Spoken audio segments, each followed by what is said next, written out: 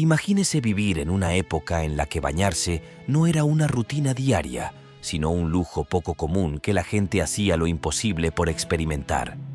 Desde cortes de pelo hasta la prohibición de bañarse. Estos son los hábitos de higiene más extraños de las personas en la Edad Media. Número 15.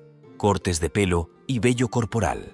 Al igual que hoy, el cuidado y la eliminación del vello eran aspectos importantes del cuidado personal. Sin embargo, durante la Edad Media, los espejos eran un artículo de lujo, asequible solo para los ricos, lo que hacía que los barberos fueran miembros esenciales de cada comunidad.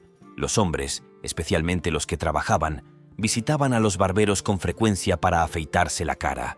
Los monjes de los monasterios se tomaban el cuidado personal muy en serio, afeitándose la cabeza y la cara unos a otros a diario para mantener una apariencia limpia ante Dios.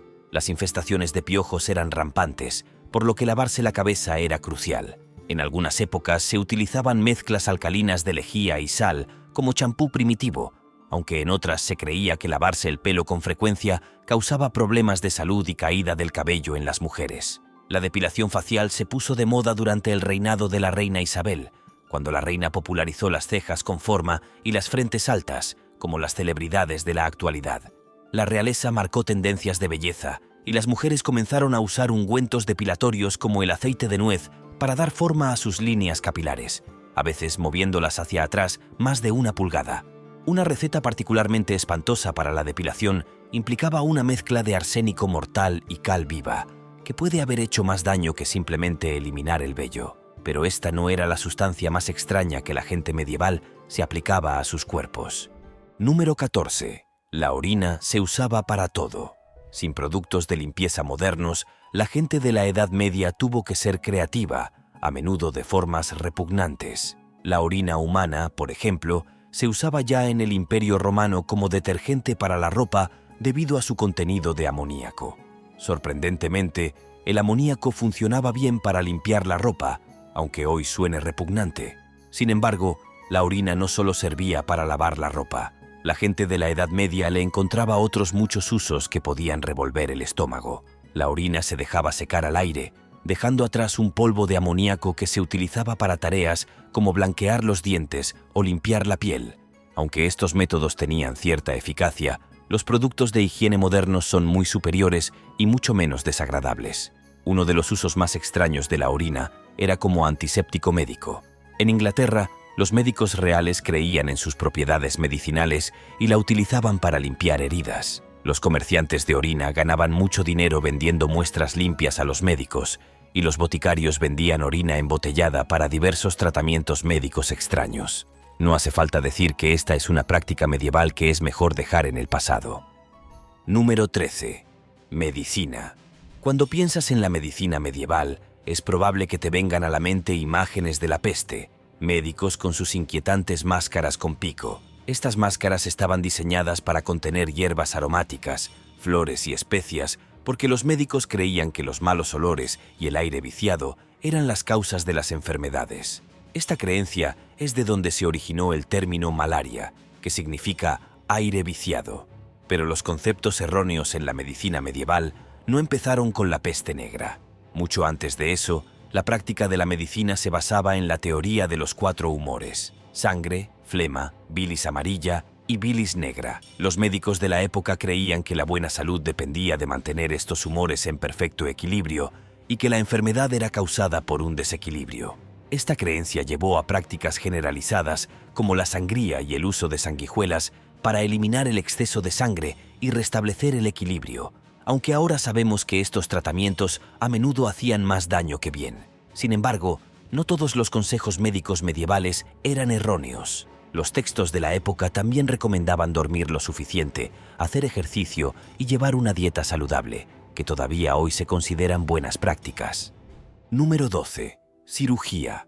Hasta hace relativamente poco, someterse a una cirugía era a menudo una sentencia de muerte. Durante la Edad Media, aunque existían médicos, las cirugías eran realizadas con frecuencia por barberos que también se encargaban del trabajo dental. Estos barberos utilizaban herramientas toscas y afiladas que se parecían más a instrumentos de tortura que a dispositivos médicos como el pelícano dental para realizar operaciones en pacientes que no tenían acceso a la anestesia. Sorprendentemente, hay registros de barberos medievales que intentaban extirpar cánceres bucales. Los relatos del siglo XIII describen cómo, si un tumor era duro y negro, lo que indicaba tejido necrótico, era difícil de tratar. Sin embargo, creían que los cánceres bucales en etapa temprana podían curarse cortando el tejido sano alrededor del tumor, cauterizando el tumor y luego tratando la herida con yema de huevo. Luego, la herida se lavaba con vino tinto y una loción hecha de miel, vino y varias plantas medicinales. Los más hábiles de estos cirujanos barberos también practicaban el lavado de troncos, un procedimiento en el que se perforaba un agujero en el cráneo para supuestamente aliviar la presión, dejando expuesta la materia cerebral. Los barberos también llevaban a cabo amputaciones de miembros y cauterizaciones. Dependían en gran medida del alcohol y el opio para controlar el dolor insoportable. Y aunque las condiciones sanitarias no estaban a la altura de las actuales, intentaron utilizar el vino como antiséptico. A pesar de estos esfuerzos, las infecciones proliferaban y sin antibióticos, las tasas de supervivencia eran trágicamente bajas. Número 11. Lavar la ropa interior medieval era una tarea ardua. La gente solía usar ropa interior de lino para absorber el sudor y mantener la ropa exterior limpia durante más tiempo. Los campesinos normalmente lavaban solo esta ropa de lino, dejando la ropa exterior prácticamente intacta. Esta ropa interior variaba desde simples taparrabos hasta prendas más elaboradas como el bray, que eran calzoncillos sueltos sujetos por un cordón o un cinturón de cuero. Sin embargo, las mujeres de clase alta tal vez solo usaran ropa interior durante sus períodos menstruales, ya que sus elaborados vestidos, junto con enaguas y corsés, eran demasiado engorrosos para quitárselos cada vez que necesitaban ir al baño.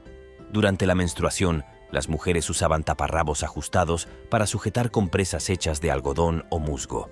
Tanto los hombres como las mujeres usaban medias largas que se extendían hasta las piernas y podían sujetarse al bray o al pie. Quizás lo más peculiar eran las braguetas masculinas, que comenzaron como simples cubiertas de tela para los genitales. En el siglo XVI, los hombres de clase alta convirtieron las braguetas en atrevidas declaraciones de moda, usando versiones ornamentadas y coloridas diseñadas para llamar la atención sobre sus entrepiernas. Si bien esto puede parecer extraño hoy, no es completamente diferente de la tendencia moderna de ropa interior de diseñador que se asoma desde los pantalones caídos. Número 10. No estaban borrachos todo el tiempo. Existe una idea errónea común de que la gente en la Edad Media bebía constantemente cerveza porque el agua no era segura debido a la contaminación. Aunque esta idea es intrigante, en realidad es un mito. Las fuentes de agua dulce eran abundantes durante la Edad Media, y las civilizaciones se construían típicamente cerca de ríos y pozos que proporcionaban agua limpia para el uso diario. Sin embargo, es cierto que la cerveza era una parte importante de la dieta medieval, pero no porque la gente estuviera siempre intoxicada. La cerveza se consideraba un complemento nutritivo del agua, en particular porque proporcionaba calorías muy necesarias, especialmente para los campesinos que tenían un acceso limitado a alimentos nutritivos. La dieta media de un campesino consistía principalmente en cereales, consumiendo de 2 a 3 libras de pan al día, a menudo combinados con cerveza. La carne era un lujo del que disfrutaban principalmente los ricos. Si bien los campesinos sacrificaban su propio ganado, ocasionalmente tenían que conservar la carne con sal o vinagre, a diferencia de la realeza, que podía darse un festín de carne fresca a diario. Para la mayoría de la gente, las vacaciones eran el único momento en el que comían carne, que normalmente estaba curada o en escabeche, más parecida a la cecina que a un jugoso bistec. Número 9. La salud dental. Hoy en día, los dolores de muelas son una molestia dolorosa, pero en la Edad Media podían ser mortales. La odontología tal como la conocemos no existía y, sorprendentemente, los barberos eran los que realizaban las cirugías dentales junto con otros tipos de cirugía de los que hablaremos más adelante.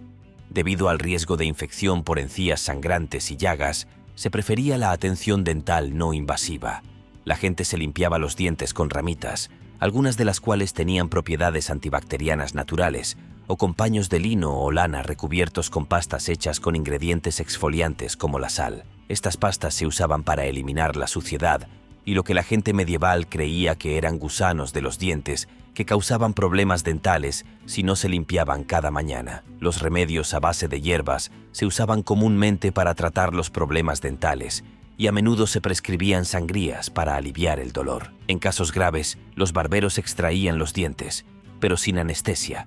Los pacientes tenían que soportar el procedimiento con la ayuda de alcohol u opio para aliviar el dolor o sacarlos. Afortunadamente, las caries eran menos comunes en la Edad Media porque su dieta contenía mucho menos azúcar y ácido que la dieta actual. Sin embargo, alimentos como los cereales molidos a la piedra y el pan duro todavía planteaban algunos problemas dentales.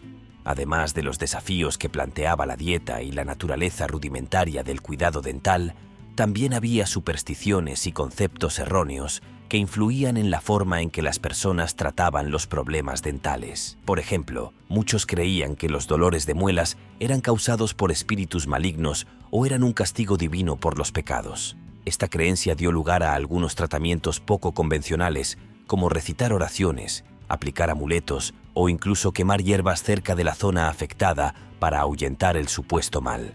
Otra práctica común era el uso de cataplasmas hechas de pan u otras sustancias mezcladas con vinagre o vino, que se aplicaban en la mandíbula en un intento de aliviar el dolor.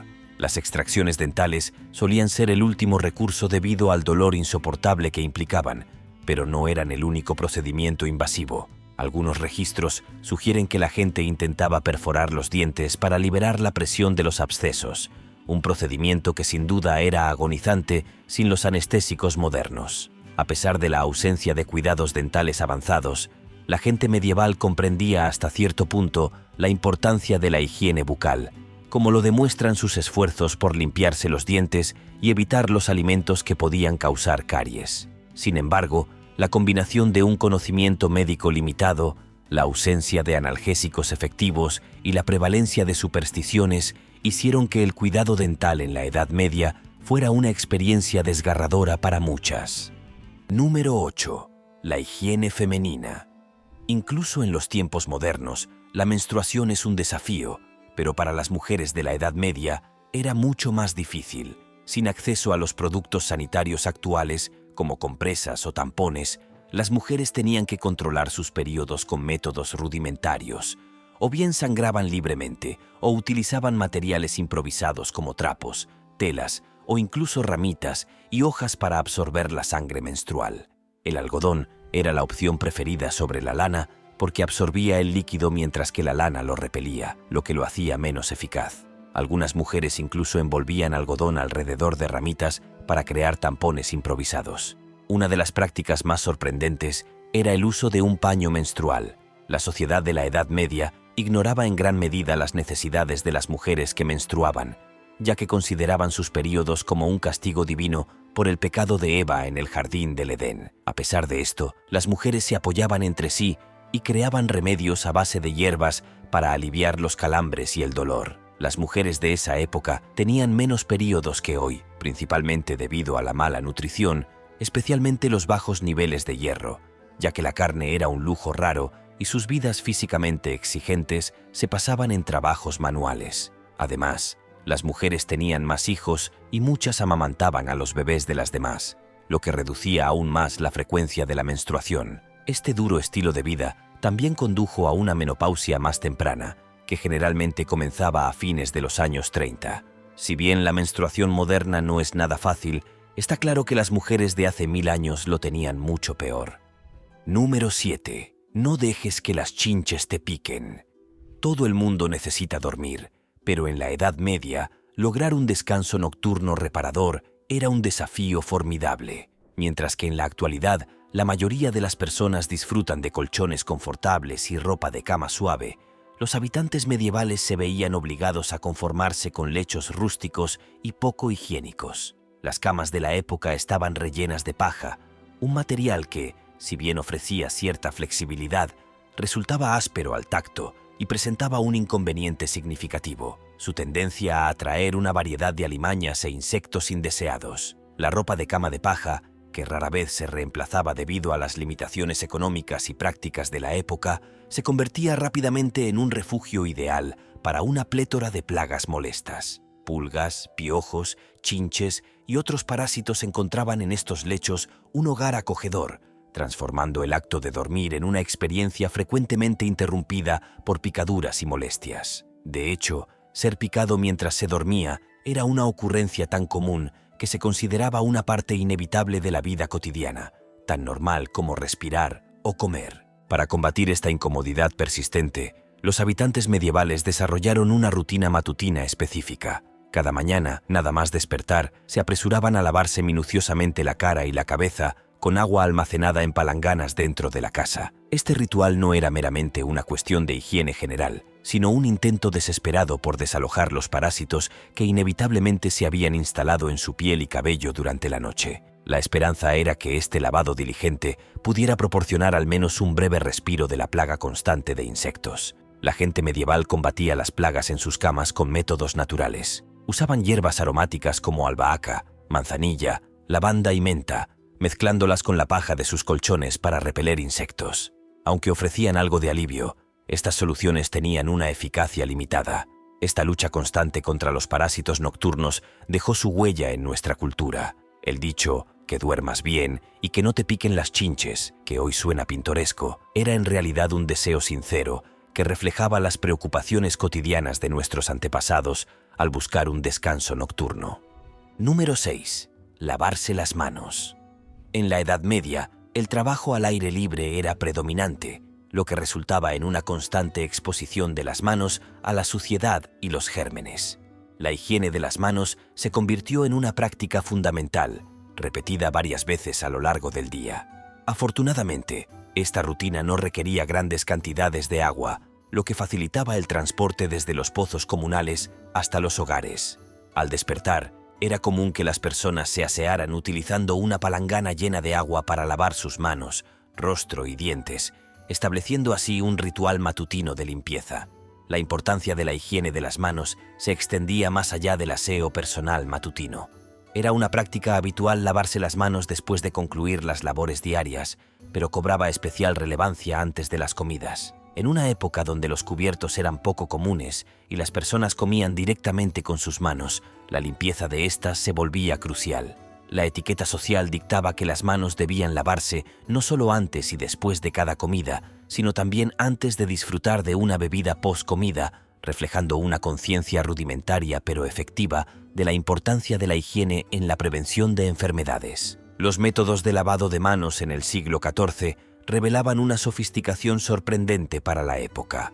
Una receta popular implicaba la preparación de una infusión herbácea. Se hervía agua con una mezcla de hierbas aromáticas y medicinales como salvia, cáscara de naranja, mejorana o manzanilla. Esta agua aromatizada se dejaba enfriar hasta alcanzar una temperatura agradable antes de su uso, combinando así las propiedades de limpieza del agua con los beneficios antisépticos y aromáticos de las hierbas. Además de estas infusiones, se utilizaban jabones artesanales elaborados a partir de grasas animales, aceites vegetales o soluciones alcalinas como la cal y la sal.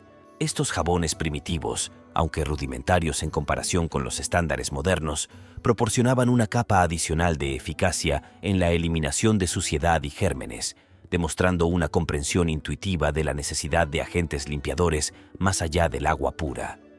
Número 5. Olor corporal y perfume.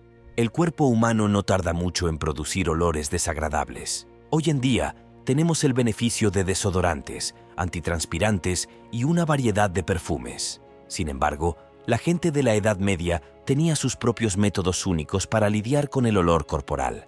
Muchos se frotaban paños perfumados o se aplicaban aceites perfumados por todo el cuerpo para disimular el olor. La realeza europea llevó esta práctica aún más lejos. Tomemos como ejemplo a la reina Isabel de España. Ella afirmó que solo se había bañado 2 veces en su vida, una al nacer y otra el día de su boda. Al menos estaba limpia para su marido, que también era su primo. La realeza podía permitirse aceites y perfumes lujosos para disimular sus olores naturales. Estos se elaboraban normalmente a partir de bases como aceite de oliva o de almendras e infusionados con esencias como romero, salvia, rosas, sándalo y clavo. Algunos perfumes incluso incluían extractos de glándulas odoríferas animales, lo que daba como resultado fuertes aromas almizclados. También era común que la gente llevara ramilletes o bolsitas llenas de aceites perfumados, hierbas y especias alrededor del cuello. Muchos creían que llevar un trozo de ajo o cebolla podía ahuyentar los malos olores. Aunque esto pueda parecer contraproducente, ahora sabemos que estas plantas picantes tienen propiedades antimicrobianas que matan las bacterias responsables del olor corporal. Aunque estos métodos no eran tan eficaces como los productos actuales, proporcionaban cierto alivio de los olores generalizados de la época. Número 4. Los inodoros. Las comodidades modernas, como las alcantarillas y los inodoros con cisterna, son cosas que a menudo damos por sentado, pero habrían sido muy valoradas en la Edad Media. En aquel entonces, los inodoros eran simples agujeros conocidos como pozos negros, sobre los cuales la gente hacía sus necesidades. Los campesinos generalmente compartían inodoros comunitarios con bancos de madera colocados sobre los pozos negros. Por la noche, usaban bacinillas que se vaciaban en los pozos negros por la mañana. Los aristócratas y la realeza tenían instalaciones ligeramente mejores. Los castillos a menudo tenían inodoros privados llamados garderobes, que conducían a pozos negros que vaciaban los sirvientes o a los primeros sistemas de plomería hechos de plomo. Estos sistemas eran descargados con agua por los sirvientes y los desechos se dirigían a fosos o pozos negros. Como el papel higiénico no se inventó hasta 1857, la gente tenía que ser ingeniosa. Los baños comunitarios estaban equipados con trapos atados a palos que eran compartidos por todos. Fuera de los baños públicos, la gente solía utilizar hojas frescas, trapos o, por poco atractivo que suene, sus manos desnudas, enjuagándolas después con agua de una jarra. Similar a las ayodas utilizadas en la India, esta práctica hizo que la mano izquierda se considerara impura, ya que se usaba para limpiarse. Incluso hoy en día, ciertas culturas todavía consideran que dar la mano con la izquierda es inapropiado debido a estas prácticas medievales. Además de los desafíos que planteaba la falta de papel higiénico, la eliminación de desechos en la época medieval era un problema de salud pública importante.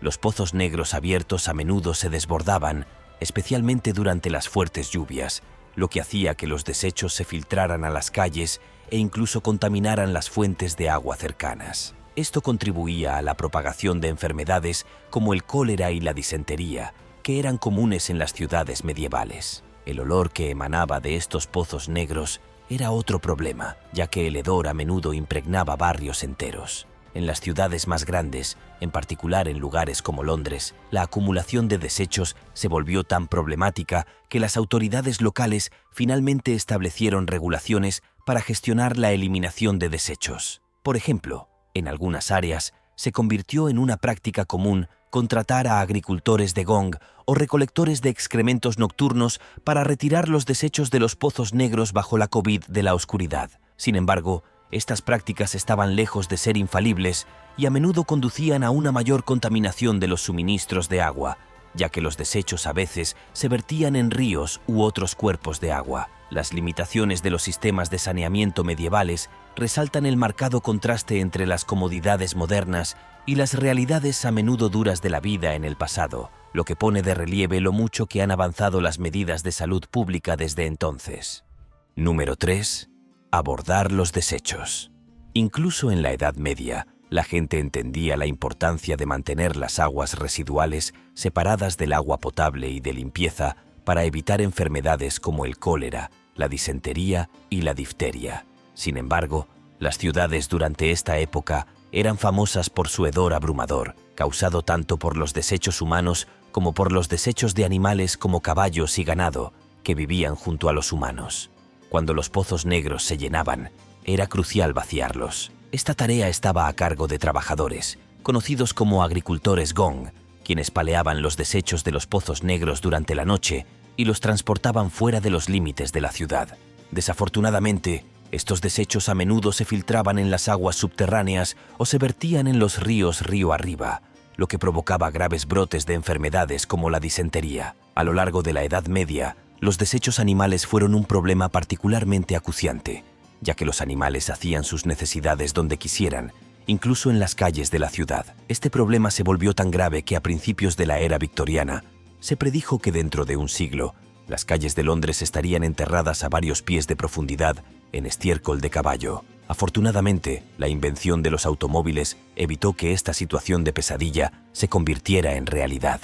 El problema de la gestión de los residuos se complicó aún más por la falta de infraestructura adecuada. Las calles medievales a menudo eran estrechas y sin pavimentar, sin sistemas de drenaje para llevar los desechos. La lluvia se mezclaba con la suciedad, creando un lodo maloliente que cubría las calles. En algunas ciudades se sabe que los residentes incluso tiraban sus orinales por las ventanas, lo que aumentaba las condiciones insalubres debajo. La falta de un sistema coordinado de eliminación de desechos significaba que los desechos se acumulaban rápidamente, particularmente en áreas densamente pobladas. Esta acumulación de desechos tuvo un impacto significativo en la salud pública.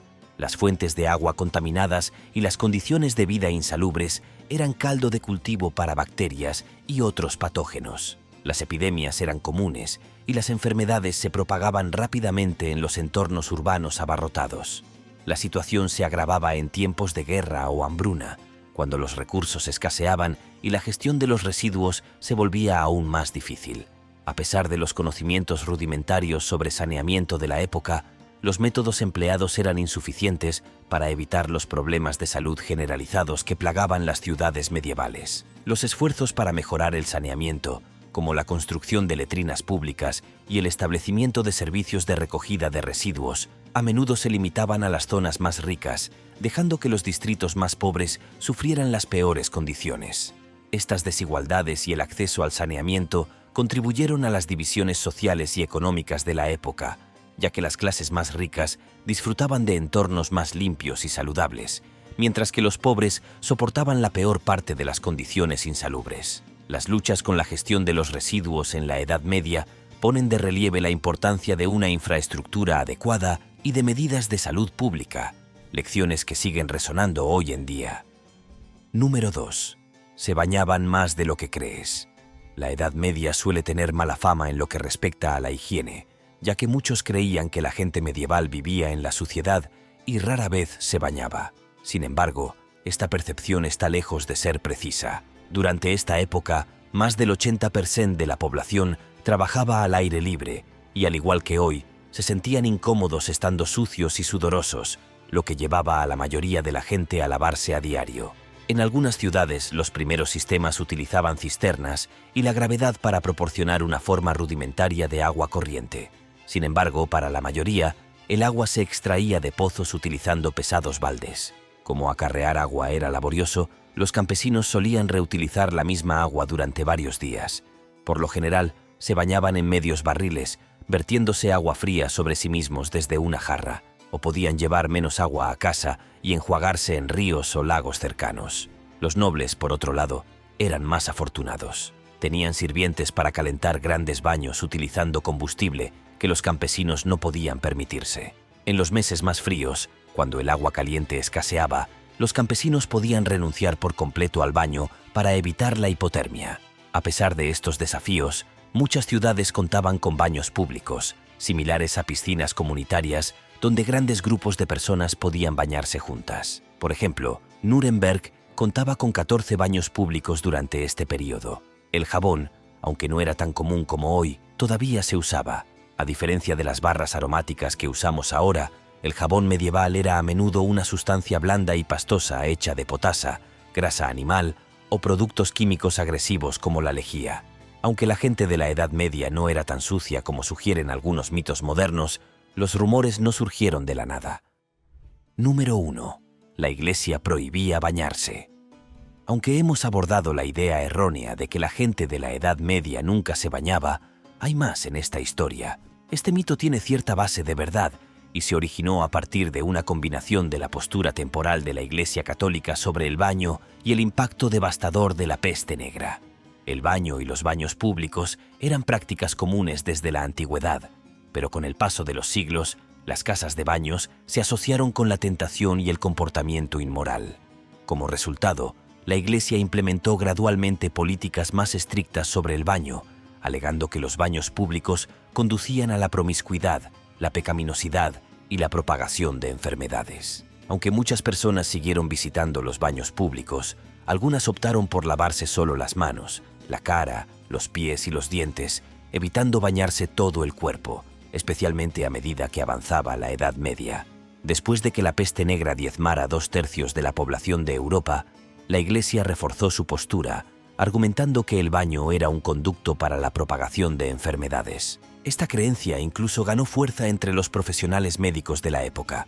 Curiosamente, las tradiciones religiosas en las comunidades judía y musulmana exigían el lavado regular, lo que dio lugar a menores tasas de mortalidad por la peste entre estos grupos. Esto, a su vez, alimentó el resentimiento de los cristianos.